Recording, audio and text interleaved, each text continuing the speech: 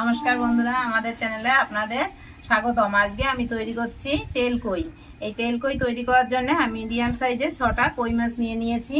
আর এই তেল কই রান্নাটার জন্য আমি কি কি মশলা ব্যবহার করছি আর কিভাবে রান্না করছি সম্পূর্ণ ভিডিওটা আপনারা দেখবেন।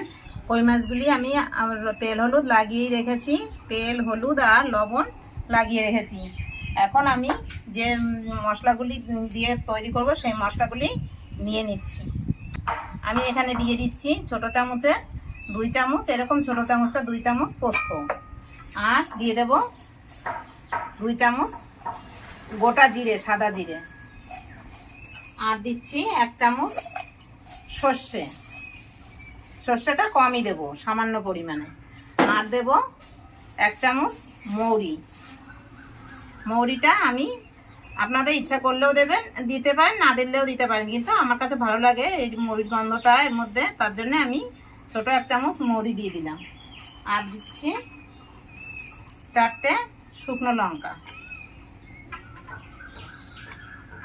আর দিচ্ছি 2টো ছোট এলাচ। আপনাদের মাছের পরিমাণ বুঝে আপনারা এই এলাচটা দেবেন। সমস্ত মশলাগুলি আমি এখন বেটে নেব। মশলাটা আমার হয়ে গেছে, আমি কড়াইতে তেল বসিয়ে দিয়েছিলাম, তেলটা গরম হয়ে গেছে। আমি এখন এর মধ্যে মাছগুলি ছেড়ে দিচ্ছি। মাছটা আমি খুব একটা ভাজবো না, মোটামুটি ভাজা দেবো। মাছগুলি আমার সব ভাজা হয়ে গেল।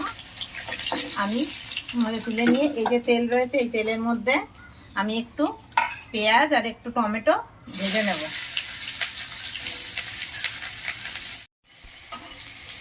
আমি যে পেঁয়াজ আর টমেটোটা নিয়েছিলাম এটা আমার ভাজা হয়ে গেল, আমি বাটিতে তুলে নিচ্ছি। এইটা আমি একটু বেটে তবে মাছের মধ্যে দেব। মাছ ভাজার পরে যে তেল রয়েছে সেই তেলে আমি এখন ফোড়নগুলি দিয়ে দিচ্ছি। একটা শুকনো লঙ্কা, 3টে ছোট্ট এলাচ, 3 টুকরো লবঙ্গ, 3 টুকরো দারচিনি, আর দিয়ে দিচ্ছি ছোট্ট 1 চামচ সেরকম জিরে। ফোড়নগুলি আমার হয়ে গেছে। এখন আমি যে কাঁচা মশলাটা করেছিলাম, জিরের মৌরি সব দিয়ে, সেই মশলাটা আমি এখন তেলের উপর দিয়ে দিচ্ছি।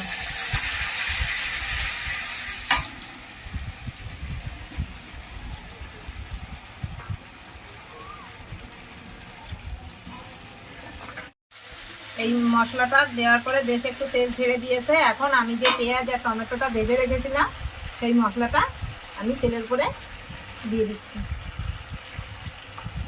এখন আমি এটা বাটিটা ধুয়ে এর মধ্যে জলটা দিয়ে দেবো।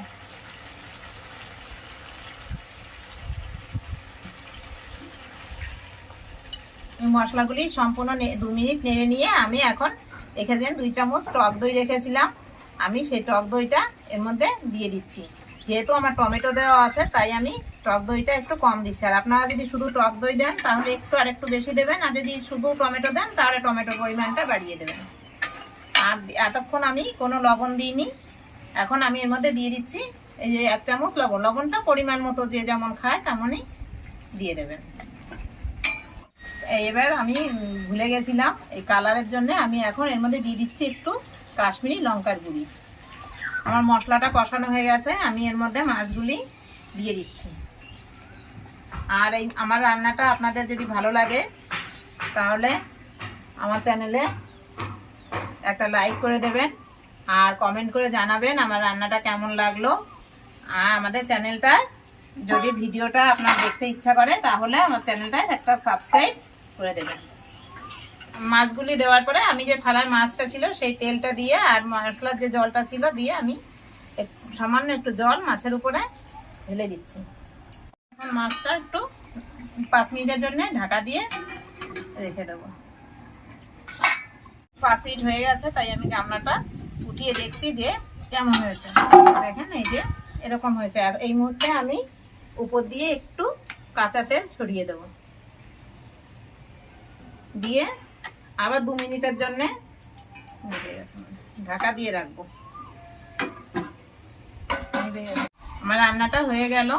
এখন আমি গ্যাস বন্ধ করে রান্নাটা গামলায় নামিয়ে নেব।